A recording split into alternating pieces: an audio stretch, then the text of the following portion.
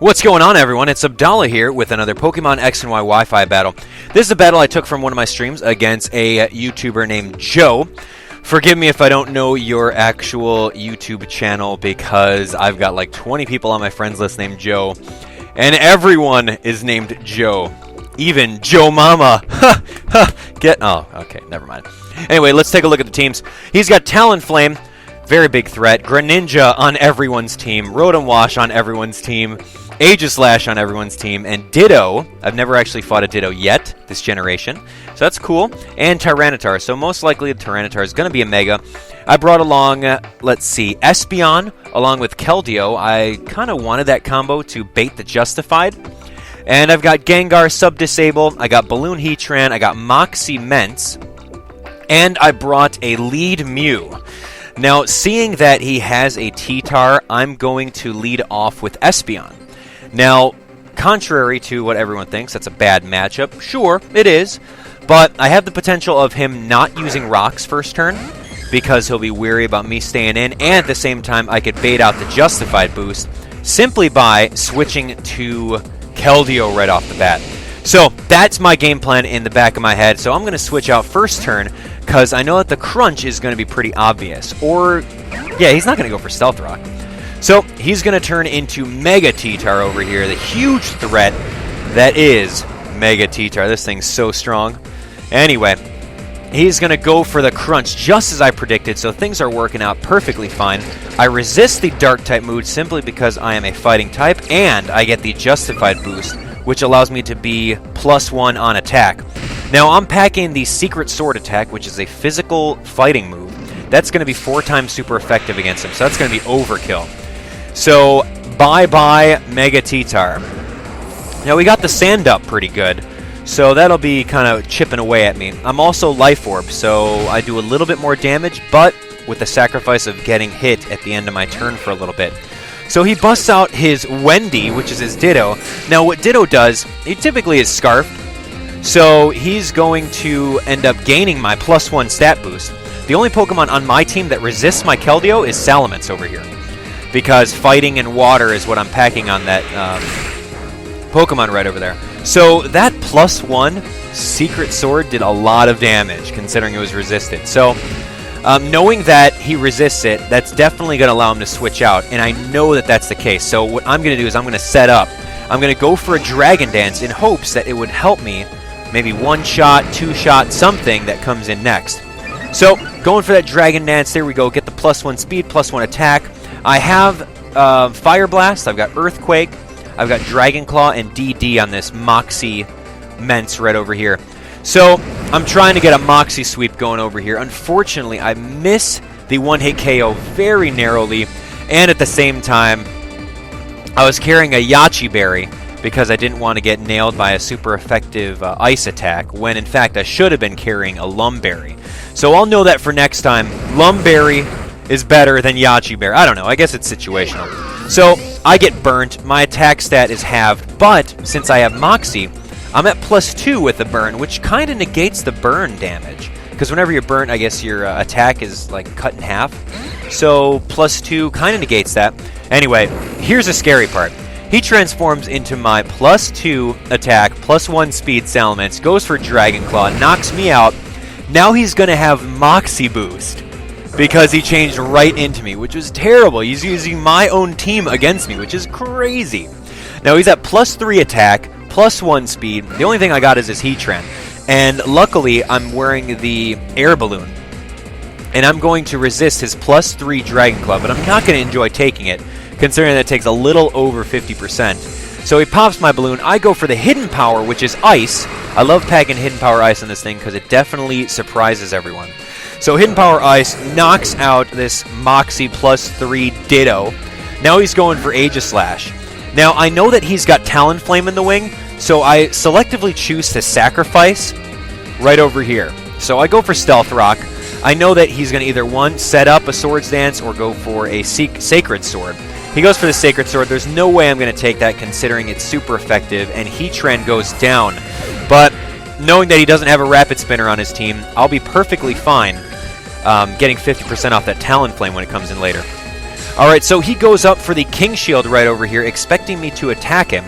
And I should have seen that coming, but I didn't know if he was going to go for a Swords Dance, if he was going to go for a Shadow Sneak right off the bat. Anyway, I go for a Shadow Ball. It does a very small chunklet to him, but at the same time, he's got the weakness policy. Now, as soon as I saw that, start boosting him up, I'm like, oh, crap.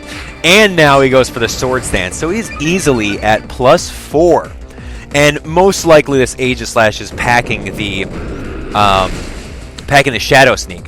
So I go for one more Shadow Ball. I get a lucky crit right there, but he's still alive. He's got like 1 HP. It's ridiculous.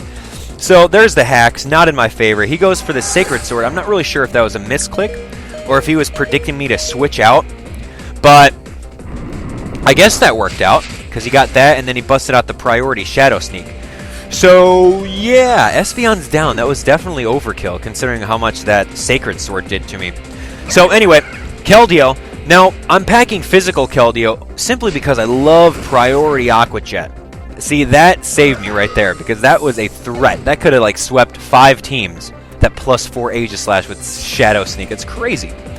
Anyway, so in he brings his Talonflame. Now, right off the bat, I'm going to go for Aqua Jet because I feel that I can maybe knock him out from that range.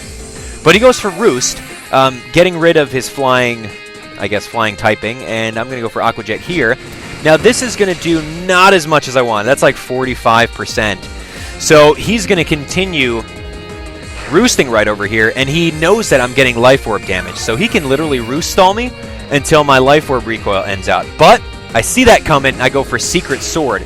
Since he actually loses his flying typing, that is actually a neutral attack, and it's stab because of my typing. So he goes for priority Acrobatics. I was going for the Aqua Jet, but of course we know that Talonflame is very fast. Faster than my Keldeo, obviously. So right here, I'm going for Gengar. I'm sub-disable Gengar. I'm thinking that he was going to go for Roost. So I decided to go for Disable right off the bat, but he goes for U-turn to get the heck out of here. Now that was pretty much a waste of my turn. I guess I should have gone for Shadow Ball or something. But anyway, he brings out Greninja. That probably would have resisted the Shadow Ball. Now, I'm thinking to myself, okay, who's faster? My max speed Gengar or Greninja? At the time, I didn't really look it up. I thought I was faster. And that definitely caused me my Gengar right off the bat. He goes for Stab Extra Sensory, only because he's got Protean ability, and that knocks out my Gengar clean. Now, I really only have one Pokemon, and unfortunately it was my lead Mew that I did not even lead out with. He goes for Stab U-turn. Now, since this lead Mew is designed to set up hazards, set up Tailwind, and Volt Switch the heck out of there, and throw a red card up to anyone that attacks it, that's definitely not going to help out. So that's a useless item for there. He brings out his Talonflame. And yeah, Talonflame dies to Stealth Rocks. But I go for Volt Switch anyway, so it's really kind of useless. Now we're down 1-on-1. He's got the Stab U-turn, and all I have is Volt Switch. That's my only attack on this Mew. I really should have brought my other one. But anyway, he goes for the U-turn, and Mew, I'm like, come on, Mew, you can survive this. Do a little bit of damage on him. But no, Mew doesn't, and Mew goes down. Had it been my Assault Vest Mew with the Drain Punch, that would have been a different story. But that's okay. That's what happens when you pack a specific lead. And that's the slippery slope. When you bring in a specific lead Pokemon and you don't lead with them, you're kind of setting yourself up for that. So, there we go. Made some mistakes, but it's okay. You learn from them, right? We learned that Greninja is super fast and it outspeeds my, my little Gengar over here. But either way, very good match, Joe. I had a blast. It was very fun using my team against me. But I thought that I fought my team pretty good. You know, considering the fact that he switched into my Ment.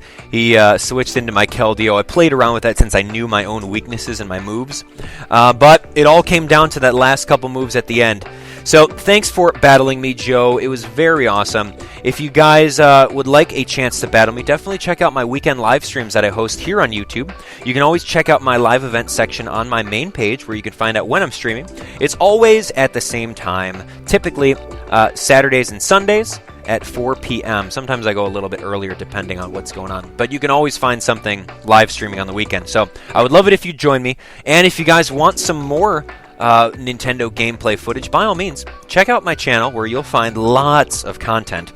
We've got an ongoing Let's Play of Bravely Default. We've got Donkey Kong Country Tropical Freeze and Yoshi's New Island completed at 100% walkthrough. Those are awesome, so go check them out. The links are in the description. If you got some time, I would love the support. And for this episode, I would love it if you guys clicked on that like button and subscribe for more Pokemon X and Y Wi-Fi battles. I'll talk to you guys on the next one. See ya!